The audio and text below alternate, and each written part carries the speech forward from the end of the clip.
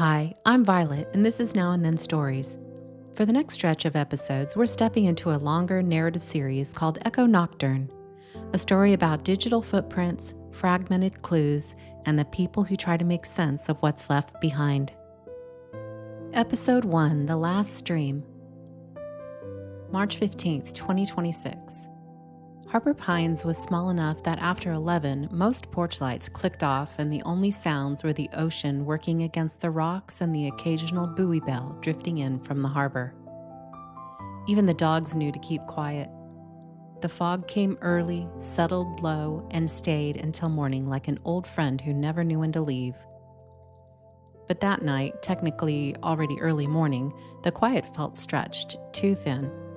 Ray shifted in his recliner, the leather creaking under him, and squinted at the digital clock on the end table, 12:43. He had tried unsuccessfully to fall asleep for nearly an hour. He had tried turning off the lamp, then turning it back on. He had tried flipping his pillow, tried counting his breaths, tried listening to the wind pushing against the cypress trees outside. None of it helped. He finally reached for the laptop sitting on the small table beside him. When he opened it, the screen lit the living room in a muted blue. The fog outside pressed against the windows, turning the reflection hazy. He wasn't sure why he checked the streaming site. Habit, maybe. Hope, maybe. He scrolled past endless thumbnails until a familiar purple glow caught his eye. Echo Nocturne, live now. Echo didn't stream often. When she did, it was almost never scheduled. But her voice had kept him company during more sleepless nights than he would ever admit. He clicked. The room shifted instantly, bathed now in dim violets and the warm flicker of the lantern behind her avatar. The soft piano lute played in the background, slightly detuned, something gentle enough that it barely existed unless you listened for it. Her avatar appeared, pale hair drifting as though underwater, gray-violet eyes, soft expression. Then her voice, low and warm. "Good evening, travelers. I wasn't planning to stream tonight, but..." A small pause. "I couldn't sleep either." Ray exhaled, his shoulders dropped in a way they hadn't all day. He leaned back, adjusting the blanket over his knees. Outside, the wind shifted and the faint sound of waves reached him through the cracked window. Echo talked in her usual slow, thoughtful rhythm, answering a few chat messages, telling small, wondering stories, the kind that weren't really about anything but still felt meaningful. She described the first time she saw snowfall under a street lamp, a book she never finished because she didn't want to leave its world, and the strange loneliness of airports before dawn. Ray listened, letting the cadence settle into the quiet house. For a while, Harbor Pines felt smaller and warmer, like the world had narrowed to just her voice and the lantern light on the screen. But sometime after the first hour, something shifted. It was subtle, so subtle he thought at first it was just him. Her voice tightened, barely, a slight tremor on certain syllables, a hesitation she covered quickly. Ray frowned and leaned closer. The avatar froze mid-blink, then jerked back into motion. Not a typical animation glitch. Something else. The lantern behind her flickered once, sharply, before returning to its gentle sway. The chat reacted instantly. Lag? Model glitching? Echo? When Echo returned to speaking, her voice was steady again, but too steady, the way someone sounds when they're trying not to break. She laughed at something in the chat, but the sound was thin. Outside, the fog thickened, a buoy bell moaned somewhere far off, drifting through the stillness. Something isn't right, Ray thought.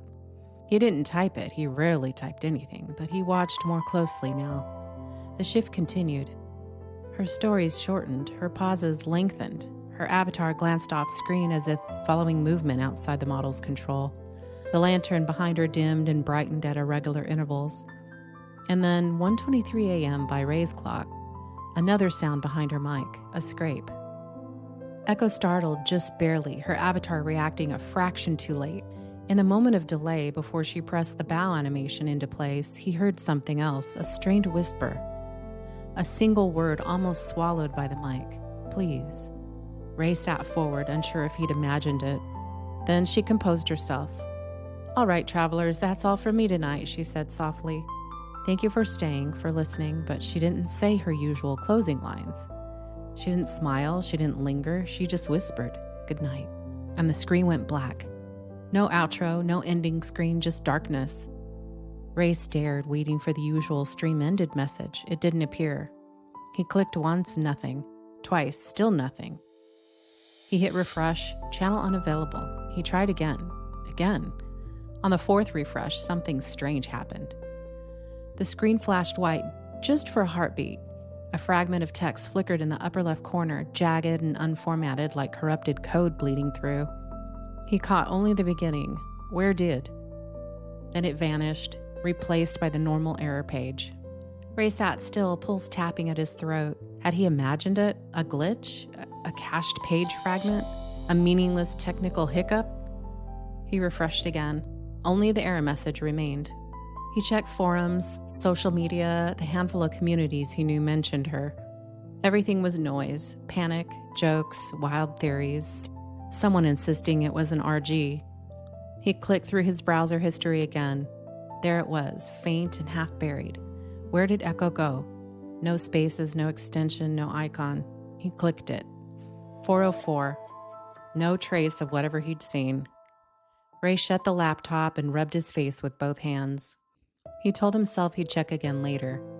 Told himself streamers disappeared all the time. Told himself he was reading too much into a glitch and a tremor and a broken goodbye. But somewhere beneath the rational things he told himself, a quieter truth sat waiting.